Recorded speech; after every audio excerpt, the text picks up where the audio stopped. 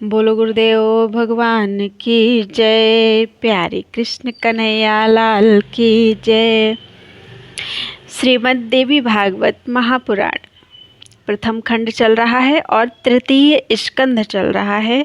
तृतीय स्कंध के 7 अध्याय पूरे हो चुके हैं। आज 8वें अध्याय से अथ अष्टमो अध्याय सत्वगुण, रजोगुण और तमोगुण का वर्णन। ब्रह्मा जी बोले, हे तात, आपने जो मुझसे पूछा था वह सृष्टि का वर्णन मैंने कर दिया।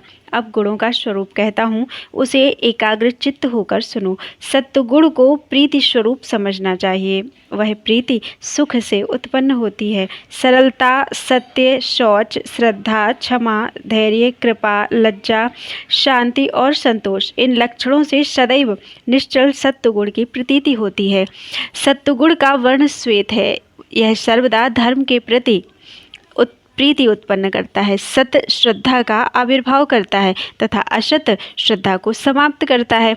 तत्वदर्शी मुनियों ने 3 प्रकार की श्रद्धा बतलाई है, सात्विकी, राजसी और तीसरी तामसी। रजोगुण रक्त वर्ण वाला कहा गया है। यह आश्चर्य एवं अप्रीति को उत्पन्न करता है। दुख से योग के कारण ही निश्चित रूप से अप्रीति उत्पन्न होती है। जहाँ ईर्ष्या, द्रोह, मत्सर, स्तंभन, उत्कंठा एवं निद्रा होती है, वहाँ राजसी श्रद्धा रहती है। अभिमान, मद, गर्व, ये सब भी राजसी श्रद्धा से ही उत्पन्न होते हैं। अतः विद्वान मनुष्यों को चाहिए कि वे इन लक्षणों द्वारा राजसी श्रद्धा समझ लें। तमोगुण का वर्ण कृष्ण होता है। यह मोह और विषाद उत्पन्न करता है। आलस्य, अज्ञान, निद्रा, दीनता, भय, विवाद, कायरता, कुटिलता, क्रोध, विषमता, अत्यंत नास्तिकता और दूसरों के दोष को देखने का स्वभाव, ये तामसिक श्रद्धा के लक्षण हैं। पंडित जन इन लक्षणों से तामसी श्रद्धा जान ले। तामसी श्रद्धा से युक्त ये सभी लक्षण पर पीड़ादायक हैं। आत्म कल्याण की इच्छा रखने वाले को अपने में निरंतर सत्वगुण का विकास करना चाहिए, रजोगुण पर नियंत्रण रखना चाहिए तथा तमोगुण का नाश कर डालना चाहिए। ये तीनों गुण एक दूसरे का उत्कर्ष होने की दशा में परस्पर विरोध करने लगते हैं। ये सब एक दूसरे के आश्रित हैं, निराश्रय होकर नहीं रहते। सत्वगुण, रजोगुण तथा तमोगुण में से कोई एक अकेला कभी नहीं रह सकता। ये सभी सदैव मिलकर रहते हैं, इसीलिए ये अन्योन्य आश्रय संबंध वाले कहे गए हैं। अन्योन्याश्रय संबंध वाले कहे गए हैं। हे नारद, ध्यान से सुनिए। अब मैं इनके अन्योन्याश्रय संबंध से होने वाले विस्तार का वर्णन करता हूँ, जिसे जानकर मनुष्य भवबंधन से छुटकारा प्राप्त कर लेता है। इसमें आपको किसी प्रकार का संदेह नहीं करना चाहिए। सम्यक प्रकार से जानकर ही मैंने यह बात कही है। मैंने पहले इसे जाना, तत्पश्चात इसका अनुभव किया और पुनः परिणाम देखकर इसका परिज्ञान प्राप्त किया है। हे महामते, मात्र देख लेने, सुन लेने अथवा संस्कार जनित अपने अनुभव से ही किसी भी वस्तु का तत्काल परिज्ञान नहीं हो जाता। जैसे किसी पवित्र तीर्थ के विषय में सुनकर किसी व्यक्ति के हृदय में राजसी श्रद्धा उत्पन्न हो गई और वह उस तीर्थ में चला गया। वहां पहुंचकर उसने वही देखा जैसा पहले सुना था। उस तीर्थ में उसने स्नान करके तीर्थ कृत्य किया और राजसी दान भी किया। रजोगुण से युक्त रहकर उस व्यक्ति ने कुछ समय तक वहां तीर्थवास भी किया, किंतु ऐसा करके भी वह राग द्वेष से मुक्त नहीं हो पाया और काम, क्रोध आदि विकारों से आच्छादित ही रहा। पुनः वह अपने घर लौट आया और वह पूर्व की भांति वैसे ही रहने लगा। हे मुनीश्वर, उस व्यक्ति ने तीर्थ की महिमा तो सुनी थी, किंतु उसका सम्यक अनुभव नहीं किया। इसी कारण उसे तीर्थ यात्रा का कोई फल नहीं प्राप्त हुआ। अतः हे नारद, उसका सुनना ना सुनने के बराबर समझें। हे मुनिश्रेष्ठ, आप यह जान लें कि तीर्थ यात्रा का फल पाप से छुटकारा प्राप्त करना है। यह वैसे ही है जैसे संसार में कृषि का फल उत्पादित अन्न का भक्षण है। जो काम, क्रोध, लोभ, मोह, तृष्णा, द्वेष, राग, मद, परदोष, दर्शन, ईर्ष्या, सहनशीलता का अभाव और अशांति आदि है, वे पापमय शरीर के विकार हैं। हे नारद, जब तक ये पाप शरीर से नहीं निकलते तब तक मनुष्य पापी ही रहता है। तीर्थ यात्रा करने पर भी यदि ये पाप देह से नहीं निकले तो तीर्थाटन करने का वह परिश्रम उसी प्रकार व्यर्थ है जैसे किसी किसान का। उस किसान ने परिश्रम पूर्वक खेत को खोदा, अत्यंत कठोर भूमि को जोता, उसमें महंगा बीज बोया और अन्य आवश्यक कार्य किए तथा फल प्राप्ति की इच्छा से उसकी रक्षा भी की। उसकी रक्षा के लिए दिन रात अनेक कष्ट सहे, किंतु फल लगने का समय हेमंत काल आने पर वह सो गया, जिससे व्याघ्र आदि वन्य जंतुओं तथा टिड्डियों ने उस फसल को खा लिया और अंत में वह किसान सर्वथा निराश हो गया। उसी प्रकार हे पुत्र, तीर्थ में किया गया वह श्रम भी कष्टदायक ही सिद्ध होता है, उसका कोई फल नहीं मिलता। हे नारद, शास्त्र के अवलोकन से सत्वगुण समुन्नत होता है तथा बड़ी तेजी से बढ़ता है। उसका फल यह होता है कि तामस पदार्थों के प्रति वैराग्य हो जाता है। वह सत्वगुण, रज और तम इन दोनों को बलपूर्वक दबा लेता है। लोभ के कारण रजोगुण अत्यंत तीव्र हो जाता है। वह बढ़ा हुआ रजोगुण सत्व तथा तम इन दोनों को दबा देता है। उसी प्रकार तमोगुण मोह के कारण तीव्रता को प्राप्त होकर सत्वगुण तथा रजोगुण इन दोनों को दबा देता है। ये गुण जिस प्रकार एक दूसरे को दबाते हैं उसे मैं यहाँ पर विस्तार पूर्वक कह रहा हूँ। जब सत्वगुण बढ़ता है उस समय बुद्धि धर्म में स्थित रहती है। उस समय वह रजोगुण या तमोगुण से उत्पन्न बाह्य विषयों का चिंतन नहीं करती है। उस समय बुद्धि सत्वगुण से उत्पन्न होने वाले कार्य को अपनाती है। इसके अतिरिक्त वह अन्य कार्यों में नहीं फंसती। बुद्धि बिना प्रयास के ही धर्म तथा यज्ञादि कर्म में प्रवृत्त हो जाती है। मोक्ष की अभिलाषा से मनुष्य उस समय सात्विक पदार्थों के भोग में प्रवृत्त रहता है, वह राजसी भोगों में लिप्त नहीं होता। तब भला वह तमोगुणी कार्यों में क्यों लगेगा। इस प्रकार पहले रजोगुण को जीत करके वह तमोगुण को पराजित करता है। हे तात, उस समय एकमात्र विशुद्ध सत्वगुण ही स्थित रहता है। जब मनुष्य के मन में रजोगुण की वृद्धि होती है तब वह सनातन धर्मों को त्याग कर राजसी श्रद्धा के वशीभूत होकर विपरीत धर्माचरण करने लगता है। रजोगुण बढ़ने से धन की वृद्धि होती है और भोग भी राजसी हो जाता है। उस दशा में सत्वगुण दूर चला जाता है और उससे तमोगुण भी दब जाता है। जब तमोगुण की वृद्धि होती है और वह उत्कट हो जाता है तब वेद तथा धर्मशास्त्र में विश्वास नहीं रह जाता। उस समय मनुष्य तामसी श्रद्धा प्राप्त करके धन का दुरुपयोग करता है, सबसे द्रोह करने लगता है तथा उसे शांति नहीं मिलती। वह क्रोधी, दुर्बुद्धि तथा दुष्ट मनुष्य सत्व तथा रजोगुण को दबाकर अनेक विध तामसिक विचारों में लीन रहता हुआ मनमाना आचरण करने लगता है। किसी भी प्राणी में सत्वगुण, रजोगुण तथा तमोगुण अकेले नहीं रहते, अपितु मिश्रित धर्म वाले वे तीनों गुण एक दूसरे के आश्रयी भूत होकर रहते हैं। हे पुरुष श्रेष्ठ, रजोगुण के बिना सत्वगुण और सत्वगुण के बिना रजोगुण कदापि नहीं रह सकते। इसी प्रकार तमोगुण के बिना ये दोनों गुण नहीं रह सकते। इस प्रकार ये गुण परस्पर स्थित रहते हैं। सत्वगुण तथा रजोगुण के बिना तमोगुण नहीं रहता, क्योंकि इन मिश्रित धर्म वाले सभी गुणों की स्थिति कार्य कारण भाव से विभिन्न प्रकार की होती है। ये सभी गुण अन्योन्याश्रय भाव से विद्यमान रहते हैं, अलग अलग भाव से नहीं। वृषभ धर्मी होने के कारण ये एक दूसरे के उत्पादक भी होते हैं।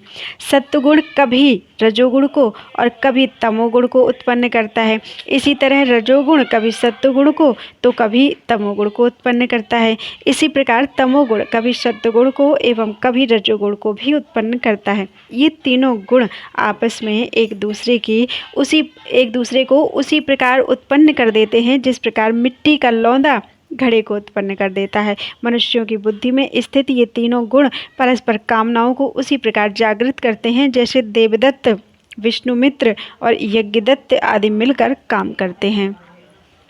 जिस प्रकार स्त्री और पुरुष आपस में मिथुन भाव को प्राप्त होते हैं, उसी प्रकार ये तीनों गुण परस्पर युग्म भाव को प्राप्त रहते हैं।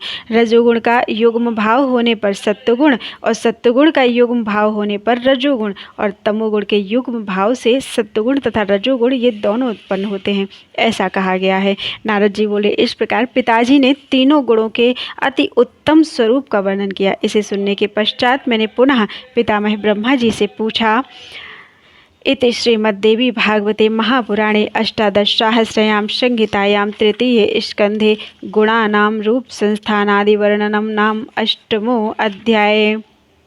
बोलो वृंदावन बिहारी लाल की जय। अथ नवमो अध्याय गुणों के परस्पर मिश्री भाव का वर्णन। देवी के बीज मंत्र की महिमा। नारद जी बोले, हे तात, आपने गुणों के लक्षणों का वर्णन किया, किंतु आपके मुख से निश्रित वाणी रूपी मधुर रस का पान करता हुआ मैं अभी भी तृप्त नहीं हुआ हूँ। अतएव अब आप इन गुणों के सूक्ष्म ज्ञान का यथावत वर्णन कीजिए, जिससे मैं अपने हृदय में परम शांति का अनुभव कर सकूं। व्यास जी बोले, अपने पुत्र महात्मा नारद के इस प्रकार पूछने पर रजोगुण से आविर्भूत सृष्टि निर्माता ब्रह्मा जी ने कहा। ब्रह्मा जी बोले, हे नारद, सुनिए, अब मैं गुणों का विस्तृत वर्णन करूंगा। यद्यपि मैं इस विषय में सम्यक ज्ञान नहीं रखता, फिर भी अपनी बुद्धि के अनुसार आपसे वर्णन कर रहा हूँ। केवल सत्वगुण कहीं भी परिलक्षित नहीं होता है। गुणों का परस्पर मिश्री भाव होने के कारण वह सत्वगुण भी मिश्रित दिखाई देता है। जिस प्रकार सब भूषणों से विभूषित तथा हाव भाव से युक्त कोई सुंदरी स्त्री अपने पति को विशेष प्रिय होती है तथा माता पिता एवं बंधु बांधवों के लिए भी प्रीतिकर होती है, किंतु वही स्त्री अपनी सौतों के मन में दुख और मोह उत्पन्न करती है, इसी प्रकार सत्वगुण के स्त्री भावापन्न होकर रजोगुण और तमोगुण से मिलने पर भिन्न वृत्ति उत्पन्न होती है। ऐसे ही रजोगुण तथा तमोगुण के स्त्री भावापन्न होने पर एक दूसरे के परस्पर संयोग के कारण विपरीत भावना प्रतीत होती है।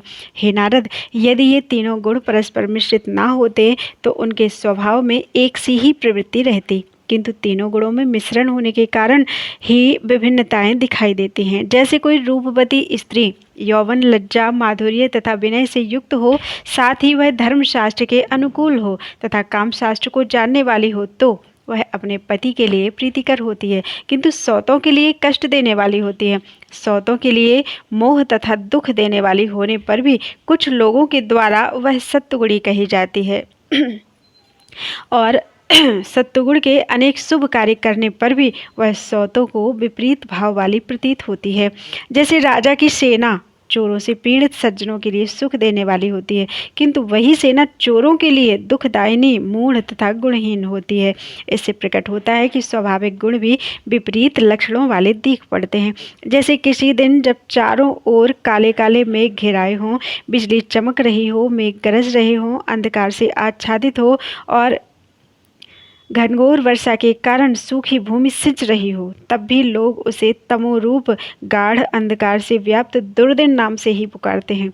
एक ओर वही दुर्दिन किसानों को खेत जोतने तथा बीज बोने की सुविधा देने के कारण सुखदायी प्रतीत होती है, किंतु दूसरी ओर वही दुर्दिन उन अभागे गृहस्थों के लिए दुखदायी हो जाता है जिनके घर अभी छाए नहीं जा सके हैं और जो तृण काष्ठ आदि के संग्रह में व्यस्त हैं। साथ ही वही दुर्दिन उन स्त्रियों के हृदय में शोक उत्पन्न करते हैं जिनका पति परदेश गया हो।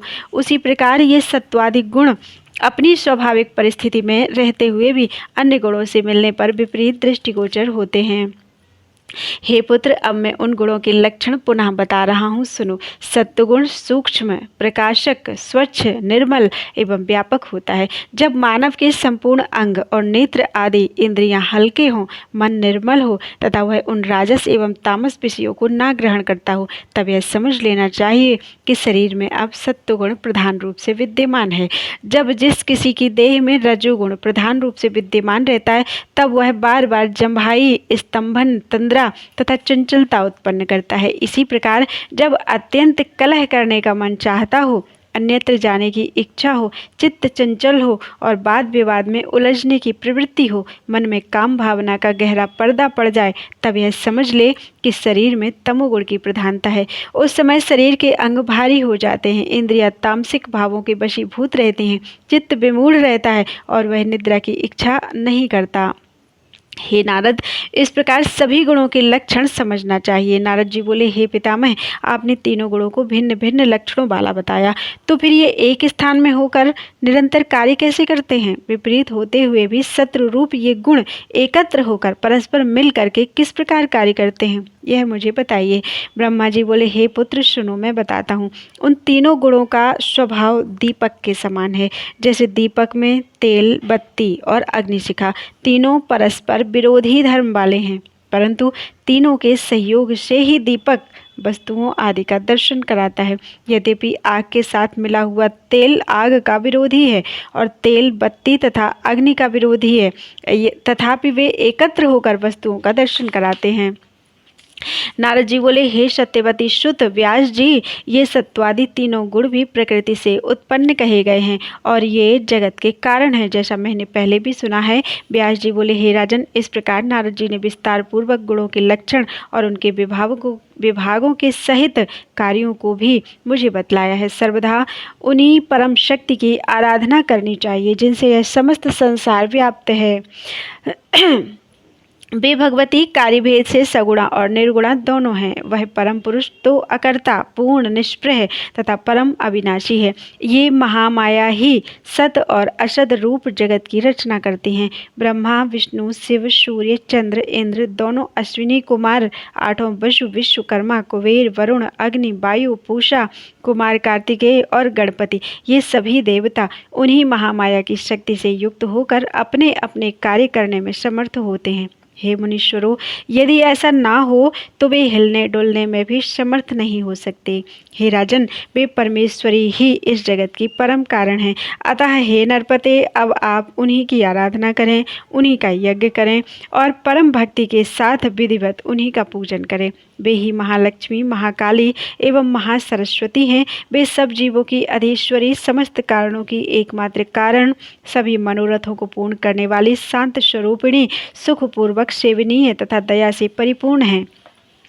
ये भगवती नामोच्चारण मात्र से ही मनोवांछित फल देने वाली हैं। पूर्व काल में ब्रह्मा, विष्णु, महेश आदि देवताओं तथा मोक्ष की कामना करने वाले अनेक जितेंद्रिय तपस्वियों ने उनकी आराधना की थी। किसी प्रसंगवश स्पष्ट रूप से ही उच्चारित किया गया उनका नाम सर्वथा दुर्लभ मनोरथों को भी पूर्ण कर देता है। हे नृपश्रेष्ठ, इस संबंध में एक दृष्टांत है। सत्यव्रत नाम के एक मुनि ने वन में व्याघ्रादि हिंसक पशुओं को देखकर भय से पीड़ित होकर ए शब्द का उच्चारण किया।